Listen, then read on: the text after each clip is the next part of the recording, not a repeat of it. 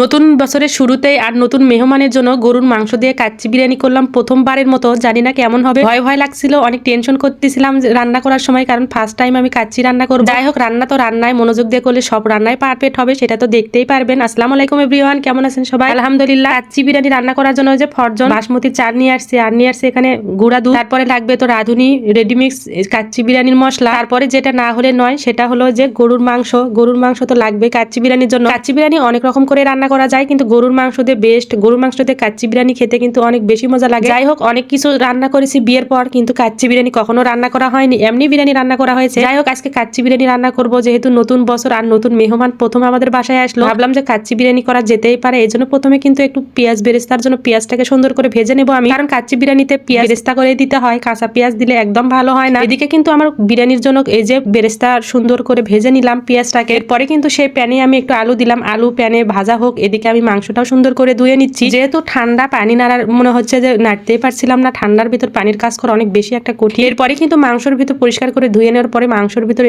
Ready mix kacchi বিরিয়ানির মশলা দিলাম, আদা রসুন বাটা দিলাম, কাজু বাদাম দিলাম, তারপরে এখানে কিন্তু আমি একটু কাঁচা মরিচ দিচ্ছি, তারপর আগে থেকে ভেজে রাখা বেরেস্তা দিয়ে দিলাম এর ভিতর, তারপরে যে গোটা গোটা করে আলু কিন্তু আমি আবার ফুড কালার দিয়ে একটু সামান্য ভেজে নিয়েছি, বেশি কিন্তু ফুড কালার দেওয়া যাবে না। এরপরে মাংসটা মেরিনেট করার পরে আমি কিন্তু এই যে দেখতে পাচ্ছি বাসমতি চাল, এখানে ফরজন বাসমতি চাল নিয়েছি, হাফ পট নেবো আমি এখানে। আর চালগুলো যে এত বড় বড় আমি ধুতেই পারছিলাম না, মানে অনেক সমস্যা হচ্ছিল, ছোট ছোট চাল ধুয়ে আমাদের ফার্স্ট টাইম এই চাল আমি এরকম করে দিচ্ছি। তারপরে কিন্তু চালটা আমি ছাকনাতে রেখে দিয়ে এরপরে আমি গরম করতেছি পানি, এর ভিতরে হাফ সিদ্ধ করে নিব। এরপরে কিন্তু সাদা তেল অ্যাড করলাম, পানি একটু ফুটন্ত বলক হয়ে আসলে কিন্তু দেখতেই পাচ্ছেন আগে থেকে চাল ঝরে রাখা চালগুলো সবগুলো আমি প্যানের ভিতর দিয়ে দিলাম। এটা কিন্তু আমি প্রায় 80% সিদ্ধ করে নিব। যেহেতু ফার্স্ট টাইম আমি কাচ্চি বিরিয়ানি রান্না করছি, একটু ভয় ভয় লাগতেছিল, যে কোনো রান্নায় ফার্স্ট টাইম করলে একটু ভয় ভয় লাগে। যাই হোক, রান্না তো করি, রান্নার মতন করেই করবো, ভয় করার কোনো বিষয় নাই। এরপর দেখেন মেরিনেট করা মাংসের উপর আমি কিন্তু সুন্দর করে আদা সিদ্ধ চাল কিন্তু দিয়ে দিলাম, চাল পানি ঝরে রেখেছিলাম, এরপরে সুন্দর করে দিয়ে দিচ্ছি। অনেকে মাংস রান্না করেও দেয়, আমি কিন্তু মাংস আজকে রান্না করিনি,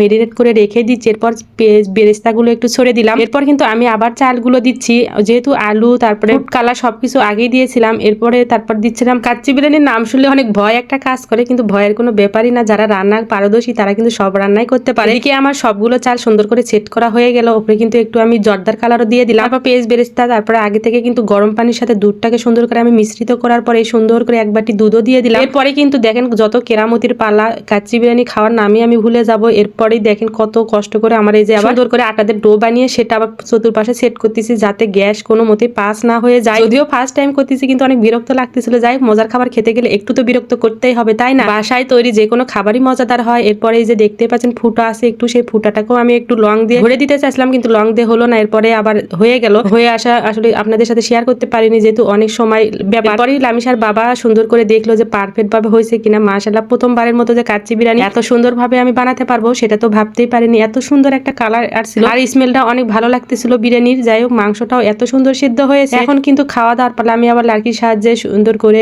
সবকিছু মিক্সড করে দেখতেছিলাম যে পারফেক্ট ভাবে হয়েছে কিনা। এদিকে আমার কিন্তু মেয়ে অনেক আগ্রহ করে বসে আছে, যেহেতু এই যে ফাইনালি প্লেটে দিয়ে দিলাম, সঙ্গে ছিল সালাদ। গরুর মাংস দিয়ে কাচ্চি ফার্স্ট টাইম বানালাম, আমি আগে ট্রাই করতেছি, দেখি তো কেমন হয়। যে রান্না করে সে নাকি শেষে খায়, কিন্তু আমি প্রথমে মুখে দিয়ে দেখলাম যে আমি রান্না করলাম, যে প্রথমে দেখি যে কেমন হয়েছে। মাশাআল্লাহ, মুখে দেওয়ার পরে দেখলাম অনেক সুন্দর হয়েছে কাচ্চি বিরিয়ানিটা। ফার্স্ট টাইম রান্না করে 100তে 100 দিতে হবে মনে হচ্ছে। সবাই ভালো থাকবেন, সুস্থ থাকবেন। হ্যাঁ, আমার ভিডিওটা যদি ভালো লাগে প্লিজ লাইক কমেন্ট শেয়ার করে পাশে থাকবেন। আল্লাহ হাফেজ।